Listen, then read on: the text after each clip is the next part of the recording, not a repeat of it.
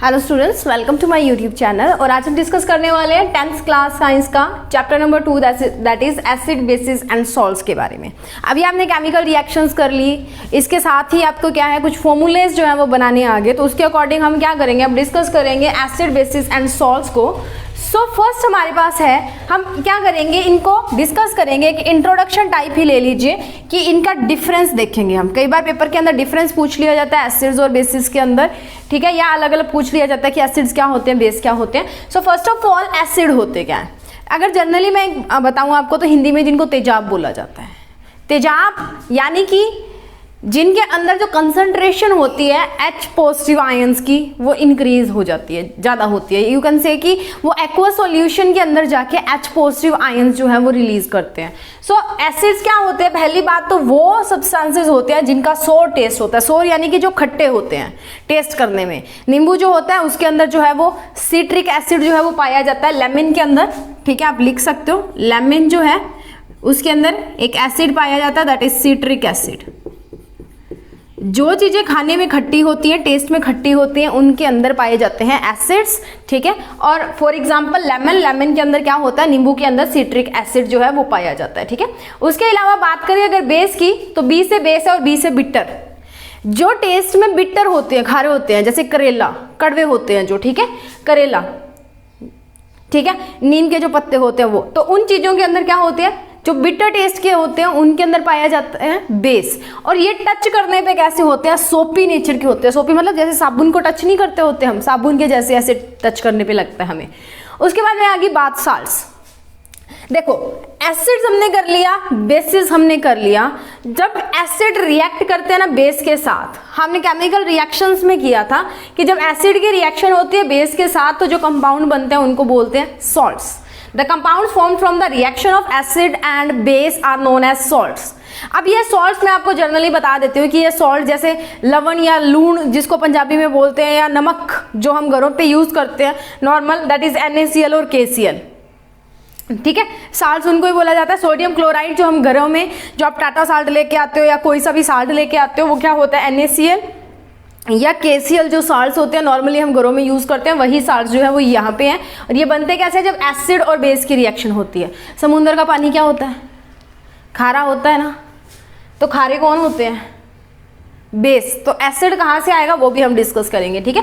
उसके बाद में है कि एसिड क्या करते हैं, ब्लू लिटमस को रेड कर देते हैं। ब्लू लिटमस का जो सॉल्यूशन होता है उसको रेड के अंदर कन्वर्ट कर देते हैं। आप देखिए एसिड जब हम सुनते हैं तो दिमाग में ऐसे कुछ अजीब सा आता है कि कोई चीज़ जल जाएगी, तेजाब है। बैटरीज जो हमारे घर पे आती हैं उनके अंदर हमारी मदर्स जो होते हैं इन्वर्टर के साथ बैटरी, तो बोलते हैं कि उसको हाथ नहीं लगाना, हाथ जल जाएगा।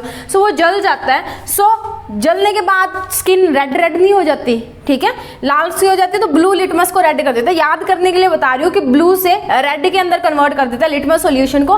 वेयर एज बेस क्या करता है, बेस उल्टा करता है, रेड को ब्लू के अंदर कन्वर्ट कर देता है। बेस क्या करेगा, रेड को ब्लू के अंदर कन्वर्ट कर देगा। सॉल्ट्स के केस में हम ये नहीं लेके चलते, ठीक है। उसके बाद में बात करते हैं कि जो एक्वा सॉल्यूशन के अंदर जब एसिड्स हैं वो H पॉजिटिव आयंस जो है वो रिलीज करते हैं। ये gives H positive ions in aqua solution, okay. Aqua solution हमने पिछले जो केमिकल रिएक्शंस थी उनके अंदर किया था।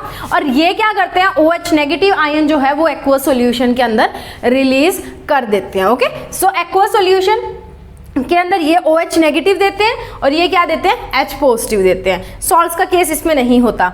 एग्जांपल होती है एसिड्स की H2SO4, HCl, HNO3, oxalic acid, citric acid और बहुत तरह के जो एसिड्स हैं वो पाए जाते हैं, ठीक है। बेसिस की एग्जांपल होती है NaOH, sodium hydroxide, potassium hydroxide, NH4OH, ammonium hydroxide जिसको बोला जाता है। सो NaOH, KOH और NH4OH जो है वो बेसिस की एग्जांपल है। और साल्ट्स की एग्जांपल मैं आपको करा चुकी हूँ, दैट इज NaCl, KCl, ठीक है। इसके अलावा हमारे पास ना कुछ स्ट्रॉन्ग एसिड पाए जाते हैं, वीक एसिड पाए जाते हैं, कंसंट्रेटेड एसिड पाए जाते हैं, डाइल्यूट एसिड पाए जाते हैं और कुछ ऐसे बेसिस भी पाए जाते हैं। सो उनको हम करते हैं, पहले आप इसको अच्छी तरह से नोट डाउन कर लीजिए अगर आपने करना है तो, अदरवाइज आपकी बुक के अंदर सब कुछ है, बुक के अंदर अंडरलाइन कर लीजिए मेन पॉइंट्स को, ठीक है। सो ये था थोड़ा सा इंट्रोडक्शन एसिड बेसिस और सॉल्ट्स का। अब स्ट्रॉन्ग एसिड क्या होते हैं, स्ट्रॉन्ग बेस क्या होते हैं, वीक एसिड वीक बेस, या कंसंट्रेटेड और डाइल्यूट एसिड्स क्या होते हैं, वो हम इसके बाद में डिस्कस करेंगे। तो इसको फटाफट आपने नोट करना है तो नोट डाउन कीजिए, फिर चलते हैं नेक्स्ट कंसेप्ट की तरफ। नाउ स्टूडेंट्स, अब चलते हैं strong acids, weak acids, concentrated dilute acids, acid basis और सॉल्ट्स के बीच में हमने डिफरेंस कर लिया कि वो क्या होते हैं।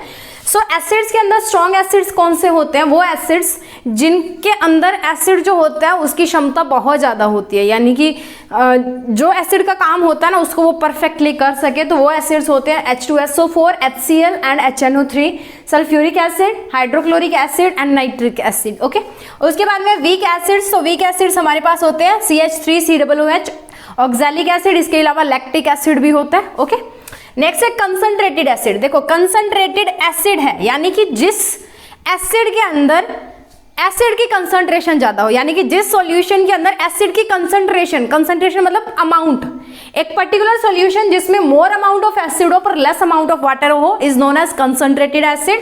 कंसंट्रेटेड H2SO4 भी होता है, कंसंट्रेटेड HCl भी होता है, ठीक है। उसके अलावा है डाइल्यूट एसिड्स। डाइल्यूट एसिड्स वो एसिड्स होते हैं जिनके अंदर लेस अमाउंट ऑफ एसिड होता है और मोर अमाउंट ऑफ वाटर होता है, वेयर एज जो हमारे H2SO4 और HCl है इनकी डाइल्यूट फॉर्म भी मिलती है, ठीक है। जहां पे हमें एसिड कम स्ट्रॉन्ग चाहिए होता है तो वहां पे हम इनको वाटर के साथ मिक्स कर देते हैं और वो डाइल्यूट बन जाते हैं। जहां पे हमें ज्यादा स्ट्रॉन्ग चाहिए होता है तो हम उनको अंदर और एसिड जो है वो डाल देते हैं तो वो ज्यादा स्ट्रॉन्ग बन जाते हैं। सिमिलरली जो हमारे पास है बेस, स्ट्रॉन्ग बेस है NaOH, KOH और CaOH2। उसके अलावा वीक बेस होता है NH4OH। नेक्स्ट आपकी एक टर्म है दैट इज अल्कलीज। अल्कलीज क्या होते हैं, वो बेस जो पानी के अंदर सॉल्युबल होते हैं, पानी के अंदर घुलनशील होते हैं, पानी के अंदर घुल जाते हैं, उनको बोला जाता है अल्कलीज। और वो क्या होते हैं, NaOH, KOH और CaOH2। ये वाले बेस जो है ये पानी के अंदर सॉल्युबल होते हैं और इनको एक नाम और दिया जाता है that is known as alkalies. Okay, so इसको फटाफट देखिए, नोट डाउन कीजिए, अपनी बुक्स के अंदर हाईलाइट कर लीजिए। उसके बाद में चलते हैं नेक्स्ट कॉन्सेप्ट इंडिकेटर्स की तरफ। इंपॉर्टेंट है, बहुत इंटरेस्टिंग सा फिनोमिना है और एग्जाम्स के अंदर भी पूछा जाता है। सो इंडिकेटर्स की तरफ चलते हैं, पहले इसको नोट डाउन करना है, चाहे हाईलाइट करना है तो बुक के अंदर कीजिए, फिर नेक्स्ट मूव करते हैं।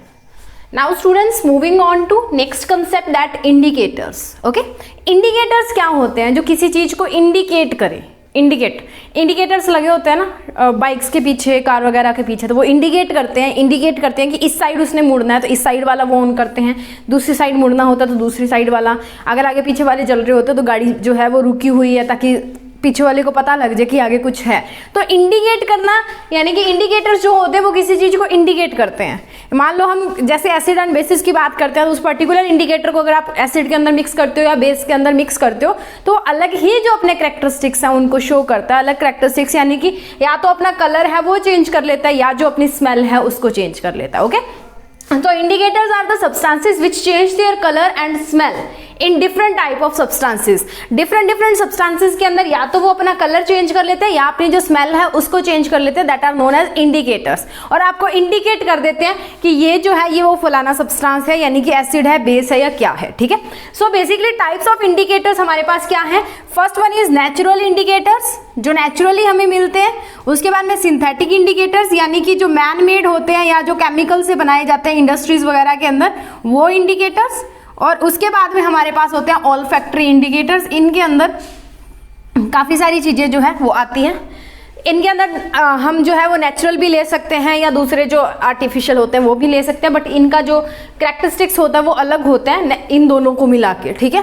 क्योंकि ये बात है ना कि अगर हम नेचुरल और सिंथेटिक ले रहे थे तो हमने इस केस में क्यों नहीं लिया, इसमें चेंज क्यों कर दिया, तो इसकी अलग बात है, वो भी हम देखेंगे। सो नेचुरल इंडिकेटर्स जैसे आपको दिख रहा है कि नेचर से मिलता है, फाउंड इन नेचर यानी कि प्लांट्स के अंदर मिलता है, जैसे कि लिटमस सोल्यूशन जो होता है वो। उसके अलावा रेड कैबेज के लीफ एक्सट्रैक्ट जो होते हैं, रेड कैबेज के जो लीव्स होते हैं उन वो, टर्मरिक यानी कि हल्दी जो आपकी रसोई के अंदर मिलती है वो भी एक नेचुरल इंडिकेटर है। अब इसको चेक कैसे करोगे, आपने क्या करना है, एक कपड़ा लेना है, उस कपड़े पे हल्दी का दाग लगा लेना है, चाहे वो सब्जी कभी थोड़ा सा ऊपर से पानी निकाल के उसके ऊपर लगा लो, उसके बाद में जाके उसको साबुन से साफ करने की कोशिश करना, वो जो आपका दाग है ना वो रेड कलर का होना शुरू हो जाएगा, ठीक है। अब वो क्यों होता है रेड वो भी मैं बताती हूँ आपको।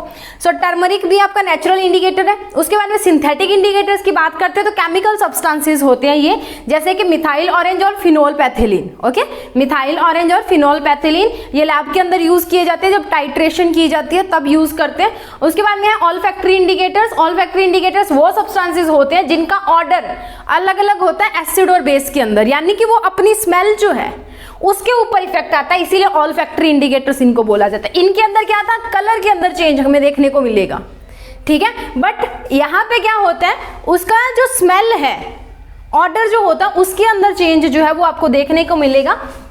इसकी जो एग्जांपल है दैट इज वेनिला एसेंस, जो खाने के अंदर या आइसक्रीम वगैरह के अंदर जो है वो यूज किया जाता है। क्लोव ऑयल यानी कि लौंग का तेल जो होता है, लौंग देखा है, लौंग की खुशबू जो होती है थोड़ी सी तीखी ज्यादा होती है, जो लौंग का तेल होता है वो, और अनियन प्याज, बागड़ी का कांदा, किसको नहीं पता, ओके।